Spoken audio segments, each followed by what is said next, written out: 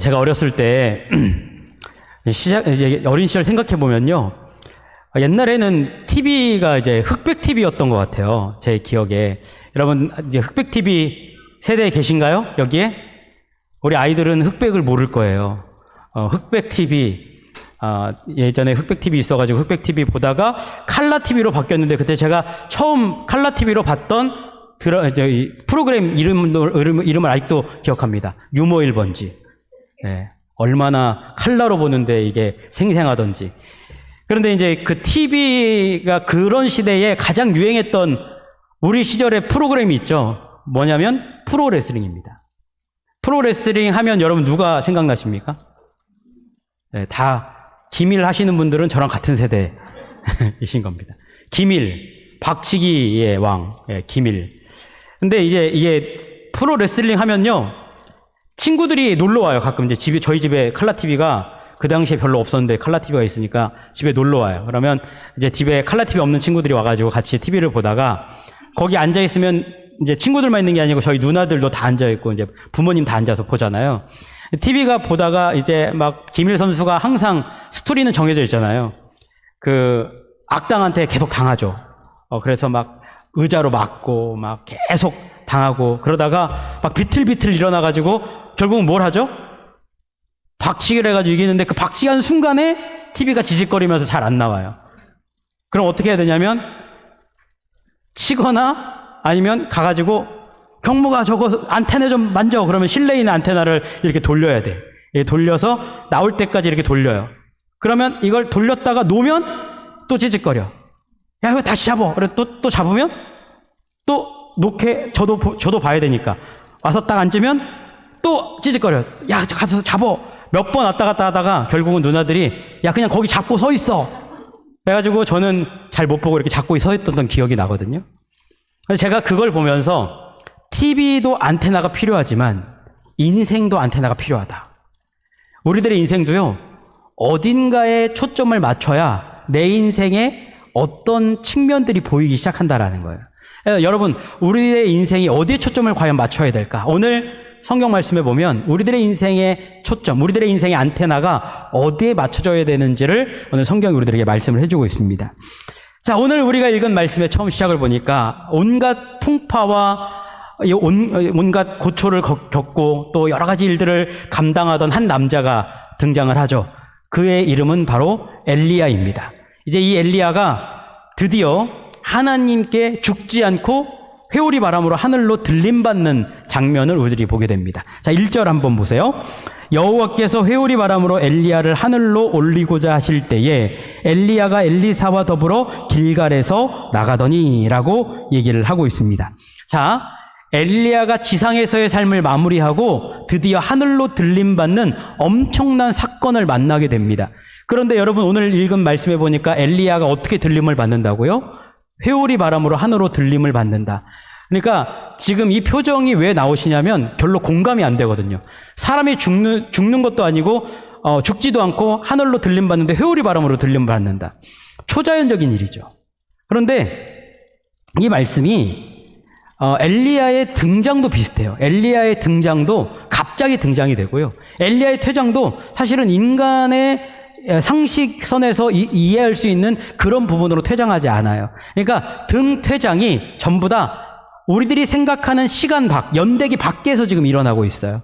그러니까 이 사건은 굉장히 초자연적인 현상 안에서 이루어지고 있다. 이것이 성경에서 의도적으로 이렇게 여기에 배치해 놓았다는 걸 우리들이 보게 되는 것은, 여러분 성경 말씀 잘 읽어보시면 1장에, 열왕기하 1장에 누가 나와 있죠? 아하시야 왕이 나와 있습니다. 3장에는요 여호람 왕이 나와 있어요. 여러분, 왕이 나와 있다라는 건 연대를 추정해 볼 수 있는 역사적인 배경이 나와요. 그런데 2장은요 역사적인 언어가 하나도 안 나와져 있습니다. 다른 말로 하면 여기에는 어떤 초자연적이고 인간의 상식 밖에서, 인간의 계획 밖에서, 인간이 생각할 수 있는 생각 밖에서, 이성 밖에서 일어나고 있는 그런 일들이 일어나고 있다는 겁니다. 이것은요 다른 얘기가 아닙니다.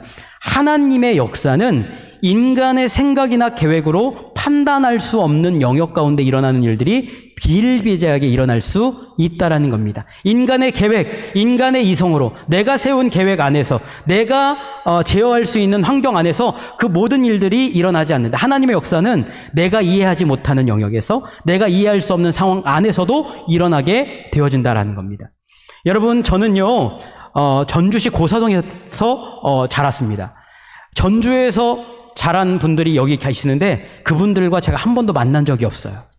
오늘 여기서 만났습니다. 여기에서 사신 분들도 계시죠? 서울 출신들 많으십니다. 저희 사모가 얼마나 자랑스럽게 얘기하는 것 중에 하나가 뭐냐면 자기는 서울 출신이라는 거예요. 잘났어 정말. 서울 출신이라는 거. 그런데 여러분, 서울 출신인 와이프와 전주 출신인 제가 만났어요. 근데 제가 돌이켜서 보니까 이것은 내 뜻 안에서 일어나는 게 아니에요. 내가 계획하고 제어할 수 있는 게 아닙니다. 하나님이 하신 일이에요.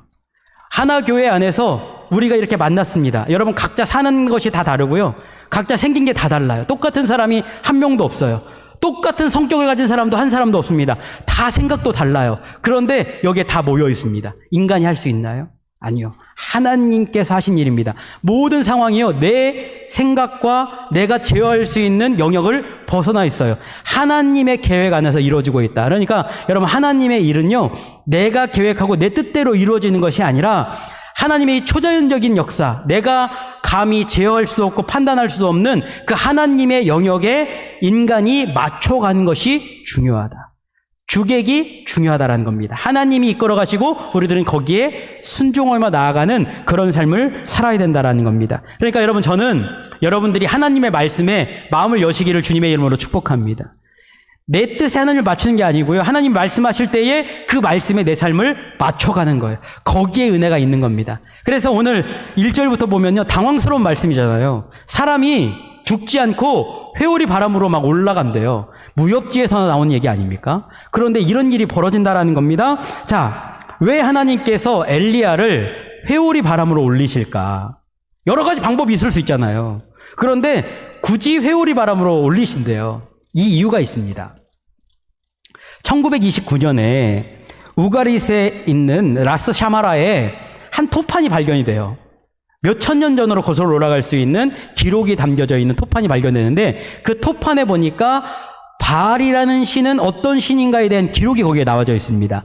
바알은 어떤 신인가? 바알은 가나안 지역에서 구름과 바람과 천둥, 번개, 비, 이슬과 눈을 주관하고 구름을 타는 자로 표현되어져 있습니다. 그러니까 바알은 바람과 여러 가지 자연 현상들을 제어해서 그는 바람을 타고 구름에 올라가서 구름을 제어하는 신으로 나타나 있다라는 겁니다. 그게 그 당시 고대 중동 지방의 보편적인 사람들이 믿고 있었던 사실인데, 오늘 우리가 읽은 말씀에 보니까 하나님이 엘리야를 회오리 바람으로 하늘로 들림받는 그런 역사를 보여주신다. 이건 다른 말로 하면 세계에 있는 자연의 모든 현상, 세계의 모든 만물은 누가 주관하신다고요? 하나님이 주관하신다라는 것을 보여주시는 하나님의 섭리에 나타나고 있다라는 겁니다.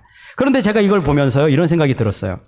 여러분, 엘리야의 등장을 보면요, 엘리야의 등장이 열왕기상 17장 1절 말씀에 나와 있어요. 거기 보면 이렇게 나와 있습니다. 길르앗에 우거하는 자 중에 디셉 사람 엘리야가 아합에게 말하되, 내가 섬기는 이스라엘의 하나님 여호와께서 살아계심을 두고 맹세하노니 내 말이 없으면 수년 동안 비도 이슬도 있지 아니하리라 하니라. 그러니까 엘리야가 등장할 때도요, 뭔 배경이 없어요. 이 사람 갑자기 등장했어요. 등장해가지고 뭐라고 얘기하냐면, 내가 얘기하지 않으면 비가 내리지 않는다. 비도 이슬도 있지 않겠다. 이게 굉장히 등장도 신비롭습니다. 이거 자기가 뜻한 바가 아니에요. 하나님이 갑자기 등장시켰어요. 말하자면 연극 배우가 준비도 안 됐는데, 야, 너 나가야 돼. 그래가지고 그냥 감독이 나가라니까 갑자기 나간 것처럼 표현이 되어 있습니다. 퇴장도 마찬가지예요. 여러분, 퇴장도 제가 이제 쓸데없는 상상을 가끔 하는데, 엘리야는 거장이잖아요. 그런데 여러분, 회오리 바람으로 이 사람이 하늘로 들림받는다. 그러면 이 사람이 회오리 바람으로 들림받을 때 어떻게 올라갈까요? 바람에 뱅글뱅글 돌면서 올라가지 않겠습니까? 쓸데없는 생각이에요. 근데 엘리야가, 나도 퇴장을 좀 멋지게 하고 싶은데 회오리 바람으로 동글동글 돌면서 올라간다. 얼마나 모냥 빠져요. 그러니까 이렇게 지금 올라가고 있는데 이것은 왜 하는가? 모든 자연의 만물은 누가 주관하시는 것을 드러낸다고요? 하나님이 주관하시는 걸 드러내신다. 그러니까 엘리야는 등장이나 퇴장이나 모두 하나님의 뜻을 드러내는 인생을 살아냈다. 마지막까지 하나님의 뜻을 드러내는 인생을 살았다. 여러분, 저는 바라기는요, 여러분들의 삶이 오늘 이 순간부터 지금 살아가는 모든 순간 주님 부르시는 그날까지 여러분들이 주님의 살아계심을 드러내는, 주님의 말씀을 드러내고 주님의 영광을 드러낼 수 있는 그런 믿음의 삶이 되시기를 주님의 이름으로 축복합니다. 거기에 여러분들의 삶의 목적이 있다라는 거예요. 자, 하나님께서 이런 엘리야와 엘리사의 모습을 통해서 우리들을 전혀 다른 곳으로 이제 인도를 해가십니다. 자, 길을 떠나는 엘리야와 엘리사의 모습을 성경이 이렇게 보여줘요. 자, 우리가 길을 따라가 봅시다. 2절 한번 보세요. 엘리야가 엘리사에게 이르되 청하건대 너는 여기 머물라 여호와께서 나를 베델로 보내시느니라 하니 엘리사가 이르되 여호와께서 살아계심과 당신의 영혼이 살아있음을 두고 맹세하노니 내가 당신을 떠나지 아니하겠나이다 하는지라. 이에 두 사람이 베델로 내려가니 라고 나와 있습니다. 자, 오늘 읽은 말씀에 보니까 하나님께서 엘리야를 어디로 보내시냐면 길갈에서 베델로 보내신대요. 길갈에서 베델까지 키로로 따져보니까 키로수로 13km 정도 돼요. 13km를 이동케 하셨어요. 하나님이 엘리야를 명령하셨습니다. 그랬더니 엘리사가 뭐라고 얘기했냐면 엘리야가 너 여기 머물러라 라고 얘기했습니다. 그랬더니 엘리사가 아니 스승님, 저는 당신을 떠나지 않겠습니다. 하나님의 살아계심과 당신의 영혼이 살아있음을 두고 맹세하더니 내가 여기 있겠습니다. 머물겠습니다. 당신과 함께 떠나겠습니다 라고 얘기해요. 그래서 어디까지 갔어요? 베델까지 갔습니다. 베델에 갔더니 하나님 뭐라고 얘기하셨어요? 베델에서 야, 이제 너는 여리고로 가라. 여리고까지 19km 정도 되거든요. 19km를 가게 만드셨어요. 똑같이 반복됩니다. 그런데요, 제가 지도에서 이걸 이렇게 그려봤어요. 그려보니까 길갈에서 있는 이 여리고까지요 3km밖에 안 돼요.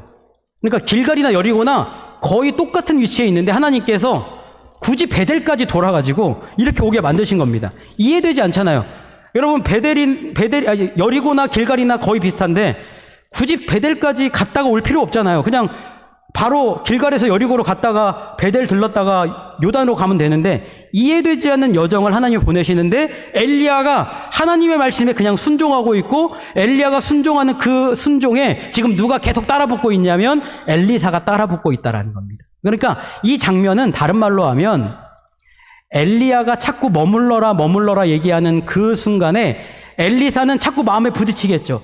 아, 스승님을 따라가야 되는데, 스승님 따라가야 되는데. 그렇게 따라 붙고자 하는 마음이 생기면서 지금 엘리야가 엘리사를 훈련시키고 있는 거예요. 이해되지 않는 여정에 계속 머물러라. 그런데 따라 붙어야 된다 하면서 그가 나중에 선지자로서 이해되지 않는 수많은 일들을 만날 터인데 그 일을 어떻게 해요? 흔들리지 않고 끝까지 그것을 믿음으로 붙잡고 나아가고자 하는 그런 은혜로 그를 훈련시키고 있는 하나님의 섭리가 여기에 보여주고 있다는 겁니다. 그래서 여기 말씀에 잘 보시면요, 떠나라고 하는 주체가 누굽니까? 하나님께서 엘리야에게 길갈에서 베델로 가라, 베델에서 여리고로 가라, 여리고에서 요단으로 가라, 하나님께서 명령하신 거예요. 그러니까 지금 엘리사를 훈련하시는 주체는 누구냐면 엘리야가 아니라 누가 훈련시키고 계신 겁니까? 하나님이 훈련시키고 계시는 거예요. 여러분, 여기까지 오시기까지 참 이해되지 않는 일들이 많이 있었죠. 여러분들이 인생을 살아오면서 이해되지 않는 순간들 참 많이 만나셨죠. 내가 왜 이 양반을 만나가지고 이렇게 고생을 하나? 내가 왜 이런 직업을 선택해가지고 이렇게 어려운 일을 만나나? 내가 왜 이렇게 건강이 안 좋은가? 왜 나에게는 이런 문제가 생기는가? 이해되지 않는 수많은 일들을 돌아오게 하신다고요. 여러분, 그러나 하나님께서 돌아오게 하실 때에 이리 치시고 저리 치시면서 하나님께서 우리들을 하나님의 사람들로 훈련시키고 계시는, 하나님의 사람으로 만들고 계시는 그런 은혜가 지금 임하고 있다라는 겁니다.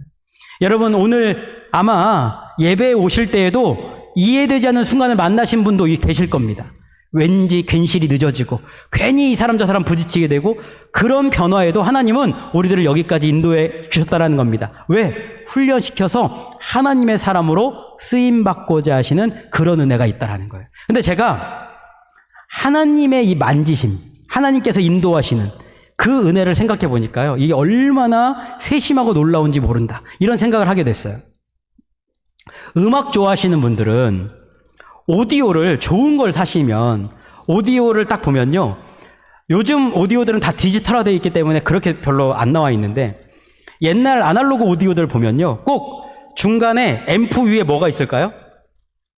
이 움직이는 버튼이 굉장히 많은 이 쭉 나와 있는 이게 있어요. 그걸 일컬어서 뭐라고 얘기하냐면 이퀄라이저라고 얘기해요. 이퀄라이저. 여러분 아시나요? 네, 아시는 분들도 있고 모르시는 분들도 있는데, 이게 저음역대부터 고음역대까지 음역대를 다 쪼개놓은 거예요. 그래서 이걸 듣는 사람들이 자기가 듣기에 최고로 좋은 음을 내기 위해서 그걸 미세하게 조정해요. 메인 볼륨 가지고는 안 돼요. 음색과 음량과 이런 것들이 그 이퀄라이저를 통해서 아주 미세하게 조정이 되는 겁니다. 그걸 들으면요, 최적의 아름다운 음이 들리게 됩니다. 그걸 일컬어서 뭐라고 표현하냐면 이퀄라이징이라고 표현해요. 그러니까 내가 하고자 하는 음을 최적으로 맞춰놓는 그 표현을 이퀄라이징이라고 얘기합니다. 우리 인생이요, 하나님께서 이퀄라이징 하고 계시는 거예요. 하나님이라는 음악 감독이 여러분들의 인생을 세밀하게 만지세요. 날씨로, 혹은 사람으로, 혹은 여러 가지 여건들로 미세하게 조정을 해주시는 겁니다. 만지고 또 만지고 또 만져서 저음역대, 또 중간 음역대, 고음역대를 아주 세밀하게 만지며, 여러분 아주 좋은 기계일수록 그 이퀄라이저가 훨씬 더, 이 버튼이 훨씬 더 많아요. 그러니까 많으면 많을수록 더 미세하게 만져지는 거죠. 여러분들의 인생을 지금 미세하게 세밀하게 만지셔서 여러분들을 만지면 만질수록 어떻게 될까요? 최적의 음이 나오게 되어져 있다라는 겁니다. 여러분, 하나님이 여러분들을 만지실 때 지금 어떻게 만지고 계시냐면 여러분들을 최적의 음이 나도록 만지고 계시다라는 겁니다. 그걸 믿으시길 바랍니다. 불평하거나 원망하지 마시고요, 주님 만지실 때 지금 내가 아름다워지고 있구나, 지금 내가 최적의 음으로 지금 조율되고 있구나 라고 생각하면 된다라는 겁니다. 그렇게 만져짐을 통하여서 하나님 앞에 이제 엘리야와 엘리사가 이퀄라이징 되고 있다라는 거예요. 저는 여러분들도 하나님께 이퀄라이징 되시기를 주님의 이름으로 축복합니다. 자, 그렇게 이제 엘리야와 엘리사가 이퀄라이징 돼가지고 하나님의 인도하심을 받아서 어디까지 가게 되냐면 요단 강가까지 가게 돼요. 요단강에 딱 이르게 되니까요, 저 뒤에 멀리 떨어져서 선지자 후보생들이 자리를 잡고 있고요, 엘리야와 엘리사가 요단 강가에 딱 서요. 그런데 갑자기 엘리야가 겉옷을 막 벗어요. 겉옷을 벗더니 자기 손에 겉옷을 막 두루 이렇게 말아요. 말더니 이걸 딱 들더니 요단강을 빵 치니까 요단강이 어떻게 돼요? 요단강이 좌우로 막 갈라지기 시작해요. 좌우로 갈라지고 성경에 보니까 그 땅이 어떻게 됐다고요? 마른 땅이 됐다. 완전히 말라진 땅이 됐다. 원어로 봐도요, 거기가 완전히 마른 땅이 됐다라고 표현이 되고 있어요. 그러니까 땅이 강이 딱 갈라지면서 땅으로 가는데 거기가 바짝 말라가지고 걸어가고 있다고요. 여러분, 이 장면을 보니까 어디서 많이 본 장면 같지 않습니까? 뭐와 비슷하죠? 모세가 홍해를 가를 때랑 비슷하잖아요. 자, 그러니까 모세가 홍해를 가를 때 홍해를 딱 갈아가지고 이스라엘 민족이 홍해 가운데 타잖아요. 근데 여러분, 이 출애굽이라고 얘기하는 이게 뭡니까?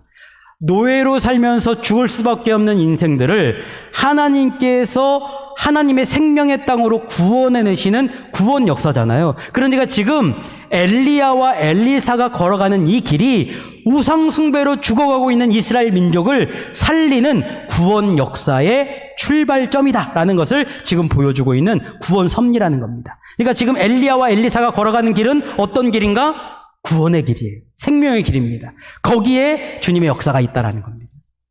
여러분, 하나님께서 오늘 여러분들의 인생을 막 모든 문제를 가르시고 여러분들 여기까지 인도하셨습니다. 하나님께서 여러분들을 구원해 내시려고, 하나님께서 여러분들을 살리시려고 이 자리로 불러내신 겁니다. 그 말씀 앞에 우리들이 서게 돼요. 자, 이제 강을 다 건넌 후에 엘리야가 엘리사를 이렇게 바라보면서 물어봅니다. 9절 상반절 한번 말씀 보세요. 건너매 엘리야가 엘리사에게 이르되 나를 내게서 데려감을 당하기 전에 내가 내게 어떻게 할지를 구하라. 그러니까 엘리야가 얘기하는 겁니다. 야, 이제 내가 조금 있으면 들림 받는데 나 올라가기 전에 내가 너한테 어떻게 해주면 되겠냐 라고, 너 구할 거 있으면 구해라 라고 얘기를 한 겁니다. 그랬더니 엘리사가 아주 비장하지만 그래도 아주 간절한 표정을 짓고 엘리야에게 이렇게 얘기를 해요. 9절 하반절 말씀 보세요. 엘리사가 이르되 당신의 성령이 하시는 역사가 갑절이나 내게 있게 하소서 하는지라 라고 얘기를 합니다. 엘리야가 물어보는데요. 엘리사가 지체함이 없어요. 그러니까 마음에 항상 간절함이 있었던 겁니다. 그러니까 하나님이 딱 물어보실 때 너 뭐 원하냐? 물어보는데 지체함이 없이 딱 얘기한다라는 건 그만큼 간절하다라는 얘기예요. 그러니까 지금 간절하게 얘기를 했는데 간절한 소원이 뭡니까? 엘리사가 뭘 달라고 얘기했어요? 우리가 보통 이 말씀을 뭐라고 얘기하냐면 갑절의 영감을 달라고 얘기했다라고 얘기해요. 그래서 저도 그런 줄 알고 신학생 때 맨날 그렇게 기도했어요. 하나님 갑절의 영감을 주십시오. 누구보다. 저기 앞에서 설교하는 목사님보다 갑절의 영감을 주십시오. 저기 TV에 나오는 유명한 목사님보다 갑절한 영감을 주십시오. 그러면 여러분 그렇게 되면 제가 얼마나 유명해졌겠습니까? 그런데요, 갑절의 영감이라는 건 뭡니까? 세상 방식이에요. 그죠? 누구보다 내가 더 잘나고, 누구보다 더 많이 얻고, 누구보다 성공하고, 누구보다 더 영적인 능력이 뛰어나고, 이런 식의 얘기가 아니라는 거예요. 여기 보니까 뭐라고 얘기해요? 당신의 성령이 하시는 역사가 갑절이나 내게 있게 하소서라고 정확한 표현으로 따지자면 이렇게 얘기했어요. 갑절이나 내게 있게 하소서, 두 몫이라는 얘기거든요. 근데 이것은 이스라엘의 율법에 보면 신명기에 아무리 미워하는 아내가 낳은 자식이라 할지라도 그게 장자면 장자는 두 몫을 줘야 된다라고 얘기해요. 그러니까 장자가 합법적으로 내가 장자가 되었다라는 계승, 그거를 인정받으려면 아버지한테 두 몫을 받아야 되는 겁니다. 이 얘기는 무슨 얘기냐면 엘리야라는 선지자에게 내가 합법적으로 후계자로 계승되어졌다라는 표식이 뭐냐? 장자가 받았던 두 몫을 나에게도 주셔서 내가 합법적으로 주님의 사역자, 선지자가 됐다라는 걸 사람들이 알게 해달라는, 당신의 받았던 능력, 당신이 힘입은 능력, 그 능력을 나에게도 주십시오. 왜냐? 이 일은 내가 감당하는 것이 아니라 하나님이 감당해 하시는 것. 하나님이 능력 주시지 않으면 안 되기 때문에 주님 주신 능력 나에게도 달라고 지금 고백하고 있는 겁니다. 근데 제가 이거 생각해 보니까요, 지금 이스라엘 상황이 좋은 상황이 아니에요. 그러니까 선지자 된다고 그래서 사람들이 존경하고 사람들이 선지자 되니까 박수 쳐주고, 여러분 목사 안수식 가면, 우리 이제 이용호 전사님 목사 안수식 하시겠지만 목사 안수식 가면 무슨 졸업식 하는 것처럼 막 꽃다발 들고 막 가가지고 사진 찍고 막 끝나고 아유 와 오셨냐고 막 그러면서 막 서로 막 좋아하고 그러는데, 제가 목사 안수식 하면서 좀 곰곰이 생각해 봤어요. 여러분 나중에 혹시 우리나라에 전쟁이 나가지고 막 공산당이 쳐들어오면 가장 먼저 잡혀갈 사람이 누굴까요? 목사가 제일 먼저 잡혀가고요. 그 다음에 장로님이 그 다음에 잡혀갈 겁니다. 그러면 축하할 일일까요? 슬퍼할 일일까요? 그렇게 따져보면 별로 좋은 일이 아닌 거. 그러니까 엘리사의 입장에서 보면 지금 사람들이 박수 쳐주는 입장이 아니에요. 그런데 하나님께 간절함을 구하고 있습니다. 그러니까 엘리사는 오로지 하나님의 구원의 역사가 자기의 삶을 통해 이루어지기를 소망하는 간절한 믿음, 간절한 소망, 하나님께 초점이 맞춰져 있는 그런 믿음이 그에게 있었다라는 겁니다. 여러분, 우리들이 인생을 살아가면서 여러분들이 인생의 목적이 있어요. 초점이 있습니다. 그것 위에 살아갑니다. 그런데 오늘 하나님께서 말씀해 주십니다. 인생의 안테나를 하나님께 초점을 맞춰라. 주님께 영광 올려드리는 삶을 살아야 된다라고 오늘 엘리사를 통하여서 우리들에게 보여주고 있습니다. 그런데요, 엘리사가 얼마나 이뻐요. 이렇게 이쁜 간구를 하는데, 그러면 만약에 저 같으면 후배 목사님이나 후배 전도사님이 목사님 받았던 능력을 저도 좀 있게 해주십시오. 그러면 저도 그럼 제가 기도해 드릴게요. 하나님이 분명히 주실 거예요. 라고 저 같으면 얘기할 것 같아요. 그런데 엘리야가 뭐라고 얘기했습니까? 엘리야가 이렇게 얘기합니다. 10절 상반절 말씀 보세요. 이르되 네가 어려운 일을 구하는도다. 이게 다른 말로 하면 내가 이걸 어떻게 해줘? 내가 할 수 있는 일이 아니야. 이거 정말 어려운 일이야. 내 힘으로 되지 않아. 여러분 이 말씀 잘 보십시오. 엘리사는 하나님께 내 힘으로 하지 않고 주님 채우신 능력으로만 할 수 있으니까 주님 능력을 주십시오 라고 얘기했습니다. 그러니까 엘리야가 뭐라고 얘기했냐면 그 능력 내가 줄 수 있는 게 아니야. 내가 줄 수 있는 게 아니야 라고 지금 얘기하고 있다고요. 그러면서 아주 중요한 말을 하나 덧붙입니다. 그러나 10절 하반절 말씀 보세요. 그러나 나를 내게서 데려가시는 것을 내가 보면 그 일이 내게 이루어지려니와 그렇지 아니하면 이루어지지 아니하리라 하고, 다른 말로 하면 이런 겁니다. 야, 내가 내 힘으로 할 수 없는데 만약 내가 승천하는 것을 네가 보면 하나님이 그 응답을 주신 거고, 만약에 그거 이루어지지 않으면 하나님이 주시지 않은 거야. 이런 겁니다. 여러분, 하나님은 여러분들이 기도하면 꼭 응답해 주십니다. 믿으십니까? 하나님이 여러분들에게 꼭 응답 주시는 걸 믿으십니까? 그런데 여러분, 응답이 중요합니다. 응답은요, 어쩔 때는 하나님이 이루어 주심으로 응답하십니다. 어쩔 때는요, 거절하심으로 응답하시는 거예요. 그러니까 여러분, 말씀을 잘 보십시오. 엘리야가 얘기합니다. 내가 올라가는 걸 보면 응답하시는 거고, 보지 않으면 하나님이 응답하시지 않는다라는 겁니다. 거절하신다라는 거예요. 그러니까 이 모든 주권은 지금 누구한테 있다고요? 하나님이 하시는 겁니다. 하나님이 하시는 거라는 거예요. 능력을 주시는 분도 하나님이시고, 나를 들리시는 분도 하나님이시고, 너에게 은혜를 부어주시는 분도 하나님이시라는 겁니다. 하나님께 초점이 맞추어져 있어요. 옛날에 집을 지을 때, 옛날에는 집을 나무로 짓잖아요. 그럼 큰 기둥을 이렇게 하나하나 세우잖아요. 그러면 그 밑에 꼭 뭘 놓죠? 주춧돌을 놓아요. 주춧돌은 어떤 돌을 씁니까, 보통? 주춧돌은 표면이 매끈매끈해서 널찍한 바위들을 가지고 와서 거기 주춧돌을 써요. 주춧돌을 왜 쓰죠? 나무는 물에 닿으면 썩어요.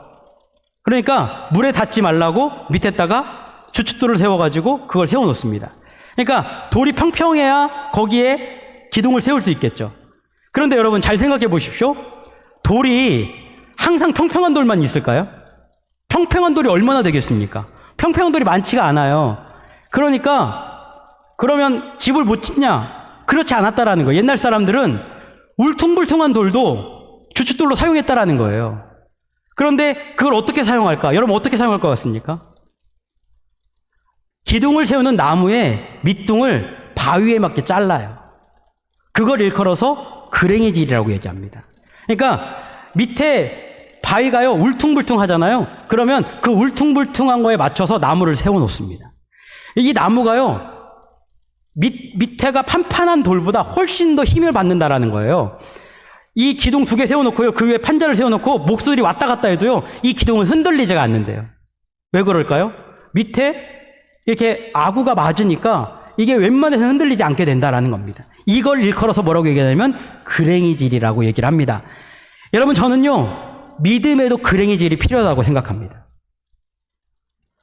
반석이 되신 하나님, 우리의 반석 되신 하나님이요, 수많은 인생의 변수들이 우리들의 인생 가운데 있어서 그게 울퉁불퉁한 것처럼 느껴져요. 그러면 어떻게 해야 될까요?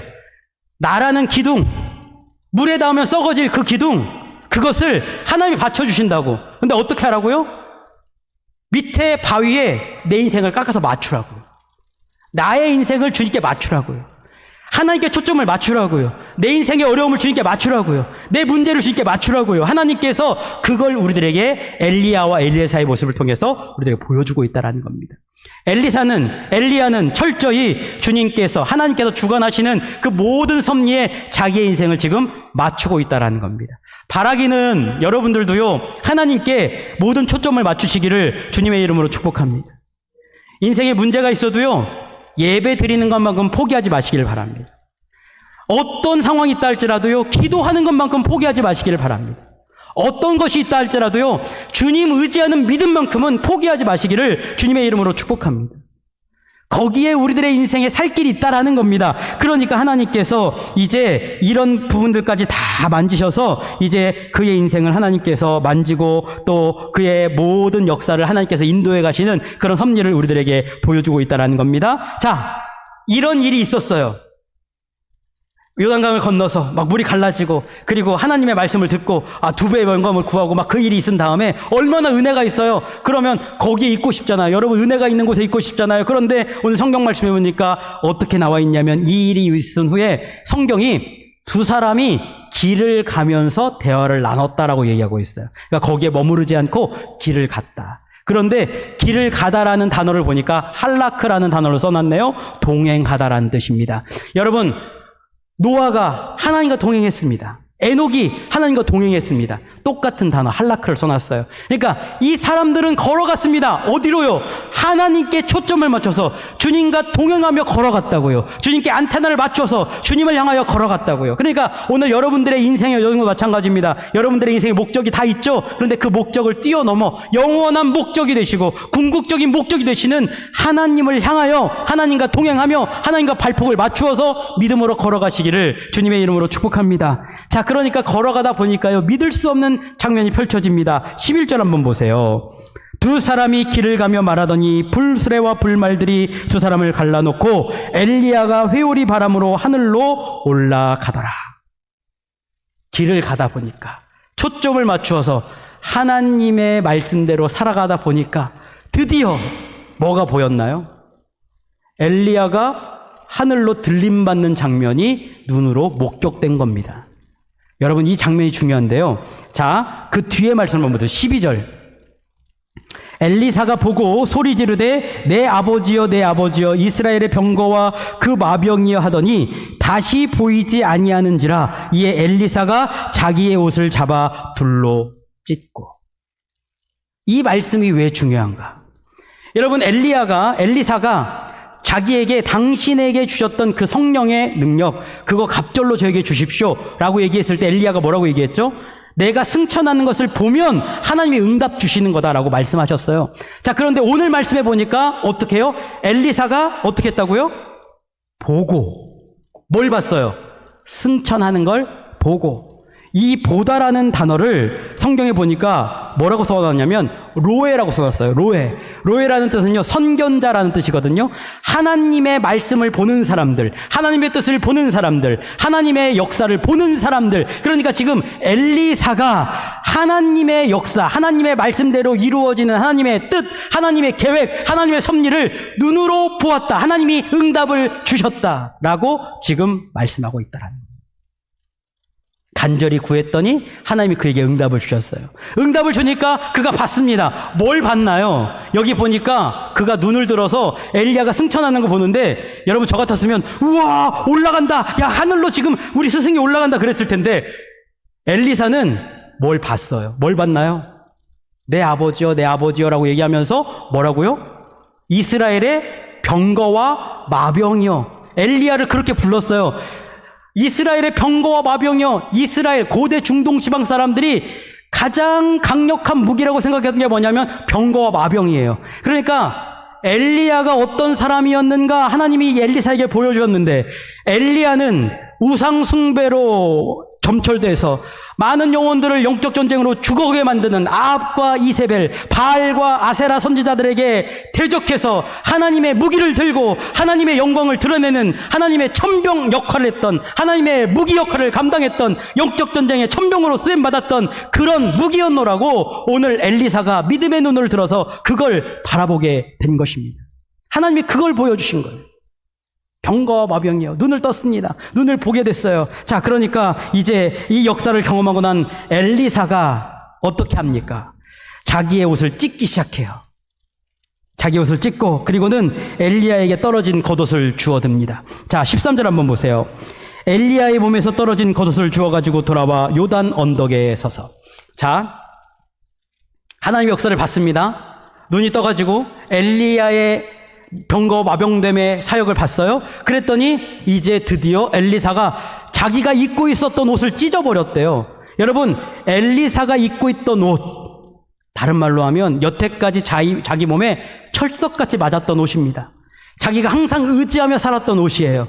내가 안전하게 나의 모든 것들을 보호해 주었던 옷입니다. 그런데 그 옷을 찢어버렸어요. 그 옷을 찢어버리고 이제 뭘 취합니까? 겉옷. 누구의 겉옷입니까? 엘리야의 겉옷. 여러분, 옷은 신분을 상징합니다. 여태까지 엘리사는 엘리야의 시종 신분이었습니다. 그런데 이제 엘리야의 겉옷을 입고 뭘로 바뀌냐면 하나님의 사역자, 하나님의 선지자의 사명을 부여받게 되어지는 그런 사명을 그가 힘입게 되는 겁니다. 그러니까 겉옷을 잡아들고, 주워가지고 잡아들고 어떻게 합니까? 그도 역시 손에 둘둘 말아요. 자, 여러분 14절 한번 보십시오. 엘리야의 몸에서 떨어진 그의 겉옷을 가지고 물을 치며 이르되 엘리야의 하나님 여호와는 어디 계시냐니까 하고 그도 물을 치매 물이 이리저리 갈라지고 엘리사가 건너니라. 자, 그도 역시 겉옷을 가지고 물을 땅 하고 칩니다. 그랬더니 물이 어떻게 됩니까? 물이 갈라져요. 물이 갈라지니까 그가 어떻게 합니까? 그 마른 땅을 다시 건너가요. 예전에 처음에는요, 물이 갈라졌을 때 그의 동행자가 누구였나요? 엘리야가 그의 동행자였어요. 같이 건너갔습니다. 엘리야가 승천했어요. 그리고는 그에게 누가 임했나요?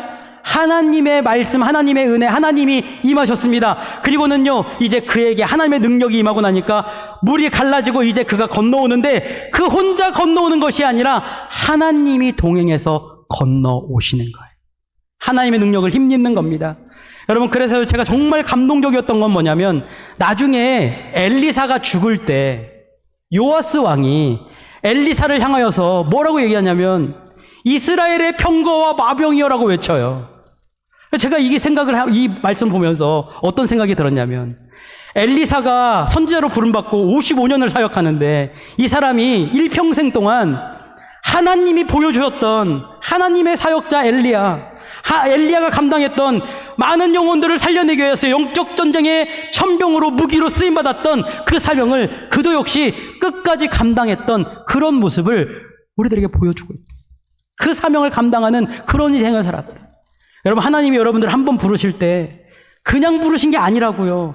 아주 치밀하고 세밀한 계획 가운데 여러분들 불러내시고 여러분들에게 오늘도 말씀을 주셔서 사명을 주시는 거예요. 어떻게 해요? 부르시는 그날까지 이퀄라이징, 주님께 초점을 맞추고 안테나를 높이 들어서 주님께 안테나를 맞추고 그렇게 믿음의 그레이즈를 해서 주님께 나의 인생을 딱 맡겨드려서 주님이 원하신 대로, 주님이 뜻하신 대로 그렇게 쓰임 받으라고 우리들을 지금 주님의 말씀의 품으로 불러내시고 있다는 겁니다. 예전에 헬리나 오웬 신부님의 죽음 가장 큰 선물이라는 책을 읽은 적이 있는데요. 이 책에 보면 어떤 이야기가 나와 있는데 이 로드리라고 불리는 독일의 서커스단에 있는 사람이에요. 이 로드리 가족 일가가 전부 다 이 독일의 시모나이트 바룸이라는 공연장에서 공연을 하는 이 서커스 단원이에요. 근데 이 사람들이 하는 서커스가 뭐냐면 공중 그네를 타는 사람들입니다. 이 로드리가 이쪽 끝에서 공중 그네를 타고 이렇게 날아가면 저쪽에서 가족인 누군가가 그를 딱 잡아서 반대편으로 옮겨주는 그런 걸 해요. 여러분, 그 서커스 본 적 기억나시지 않습니까? 그래서 이제 헬리나 오웬 신부님이요, 그걸 보고 너무 감동적이어가지고 그들과 막 얘기를 하다가 시간이 길어져가지고 저녁 식사 자리까지 이제 되게 된 거예요. 그래서 이 로드리 일가가 머물고 있던 이동식 주택, 차를 개조해가지고 만든 이동식 주택에 가가지고 저녁 식사를 하면서 이 얘기 저 얘기 하다가 갑자기 로드리가 이 이야기에 대한 이 공중근대 타는 이야기를 이제 들려주는 겁니다. 어떻게 얘기를 하냐면 이런 얘기를 합니다. 나르는 사람으로서 나는 나를 붙잡아주는 사람에 대해 전적으로 신뢰를 가져야 합니다. 사람들은 보통 내가 공중 그네 타기의 위대한 스타라고 생각할지 모르지만 실상 진짜 스타는 나를 붙잡는 조입니다. 그는 내가 나르는 바로 그 순간에 고도의 정밀함을 갖고 나와 함께 있어야 하며 내가 높은 점프를 하며 그에게 떨어질 때에 나를 공중에서 낚아야 합니다. 라고 얘기를 한 겁니다. 그러니까 스타는 전부 다 로드리가 그네 타고 쫙 날아가지고 공중 재배해가지고 그 사람을 딱 잡는 거를 로드리를 스타라고 생각하는데 공중 그네 타는 사람들은 누가 스타라고요? 붙잡아주는 사람이 스타다. 왜냐하면 정확한 타이밍에 정확하게 그를 붙잡고 정확하게 옮겨주지 않으면 떨어질 수밖에 없으니까 이 붙잡는 사람이 진짜 스타다라고 얘기를 들려준 겁니다. 근데 궁금하잖아요. 이게 어떻게 가능한가? 그러니까 헬리나 오웬이 물었어요. 어떻게 그렇게 할 수 있나요? 어떻게 그 사람이 붙잡을 수 있나요? 라고 물어본 겁니다. 그러니까 로드리가 아주 중요한 얘기를 해요. 이렇게 얘기합니다. 비밀은 나르는 사람이 아무것도 하지 않으며 붙잡는 사람이 모든 것을 한다는 사실입니다. 내가 조우한테로 날아갈 때에 하는 일이란 그저 팔과 손을 뻗치고 그가 나를 붙잡아 울타리 막대기 뒤에 있는 덮개 위로 나를 안전하게 끌어당기도록 기다리는 것뿐입니다. 라고 얘기를 한 겁니다. 여러분, 우리 인생이 꼭 이와 같습니다. 우리 인생이요, 공중 그네를 타는 인생과 같아요. 그래서 내가 나를 붙잡아주는 하나님을 향하여서 초점을 딱 맞추는 거예요. 그분만 바라보는 겁니다. 그리고는요, 우리는 아무것도 안 하는 거예요. 어떻게 하면 되냐면 주님을 향하여 두 손을 높이 뻗는 거예요. 쫙 뻗는 겁니다. 그리고는요, 누구를 전적으로 믿어야 돼요? 하나님을 전적으로 믿고 그분을 향하여 날아오는 거예요. 쫙 날아오르면 누가 붙잡아 주신다고요?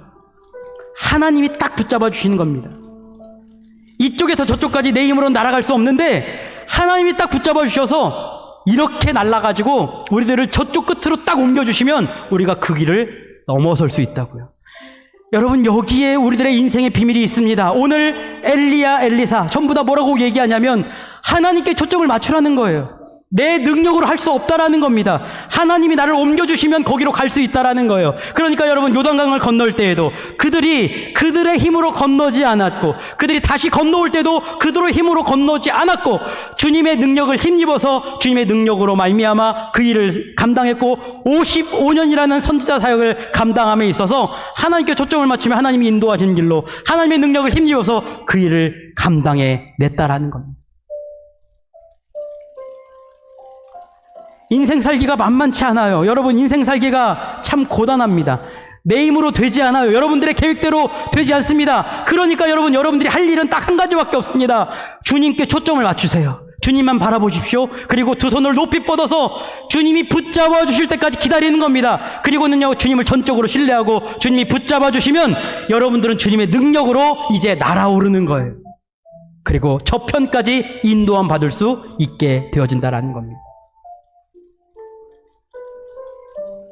주님께서 여러분을 붙잡아 주십니다.